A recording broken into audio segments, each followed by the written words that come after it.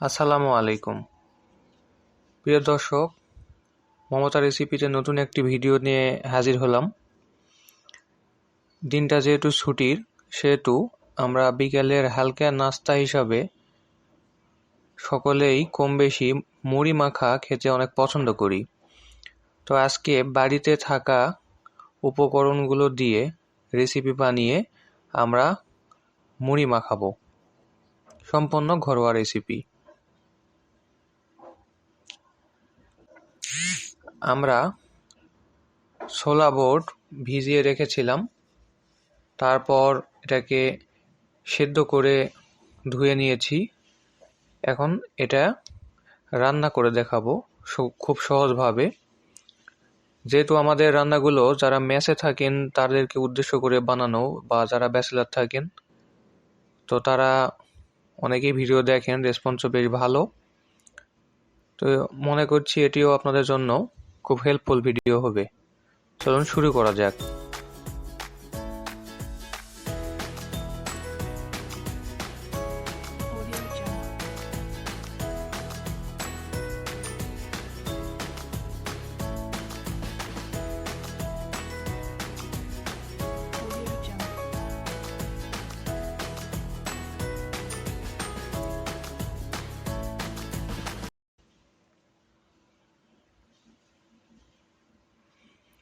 চুলাতে আমরা একটি কড়াই বসিয়েছি, তারপর এখানে তেল দিয়ে দিলাম।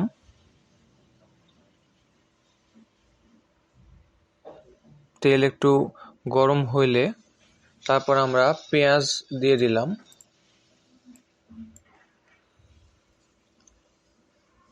আমরা সম্পূর্ণ ঘরোয়া রেসিপি দিয়ে রান্নাগুলো করছি, এতে তেল মশলা সঠিক পরিমাণে দেওয়া হয়েছে। খুব হেলদি খাবার আর কি। তো মুড়ি অনেকভাবেই মাখা যায়, আমরা আজকে খুব নর্মালভাবেই সাধারণ উপকরণ ছোলা বুট দিয়েই মুড়িটি মাখাবো।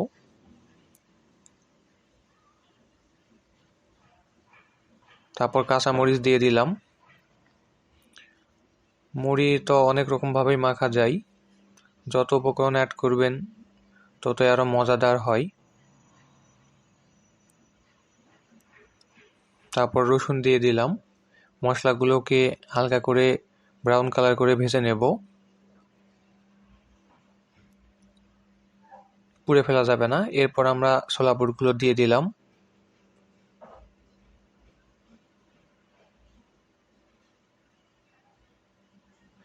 আমরা অতিরিক্ত তেল ব্যবহার করব না এবং মশলা উপকরণ কম দিয়ে ঝাল কম রেখে আমরা হেলদি একটা খাবার তৈরি করব।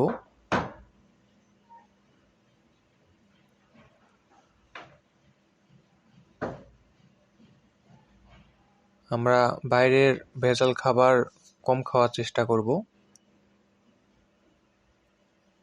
তারপর আমরা লবণ দিয়ে দিচ্ছি পরিমাণ মতো। আপনারা আপনাদের পরিমাণ বুঝে লবণ ব্যবহার করবেন।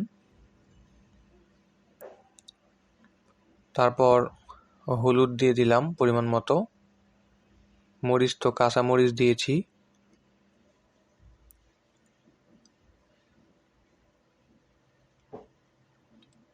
তারপর আমরা জিরার গুঁড়া দিয়ে দিলাম পরিমাণ মতো।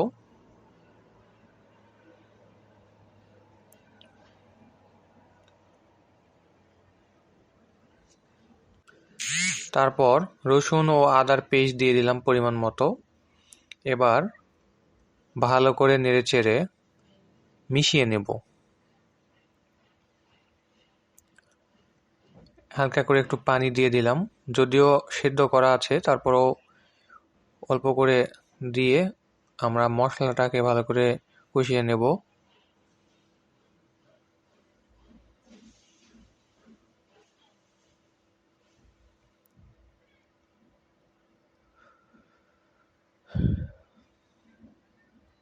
তারপর আমরা একটি ঢাকনা দিয়ে ঢেকে দিলাম 5 থেকে 7 মিনিটের জন্য। ফিরে এলাম 5 থেকে 7 মিনিট পর। আবারও একটু নেড়েচেড়ে দিতে হবে। তবে চুলা অবশ্যই মিডিয়াম আঁচে রাখার চেষ্টা করবেন, তাছাড়া নিচে পুড়ে যেতে পারে। এ থেকে বোট থেকে পোড়া পোড়া গন্ধ বের হতে পারে। বা চুলার আঁচ কমিয়ে দিয়ে আমরা ভালোভাবে নেড়েচেড়ে নিচে যে বাড়তি রসটুকু এটা শুকিয়ে ফেলবো। আমরা রস রাখবো না। দেখতে পাচ্ছেন বোটগুলো বেশ ভালোভাবে ভিজে গেছে এবং অনেকটাই ফুলে উঠেছে।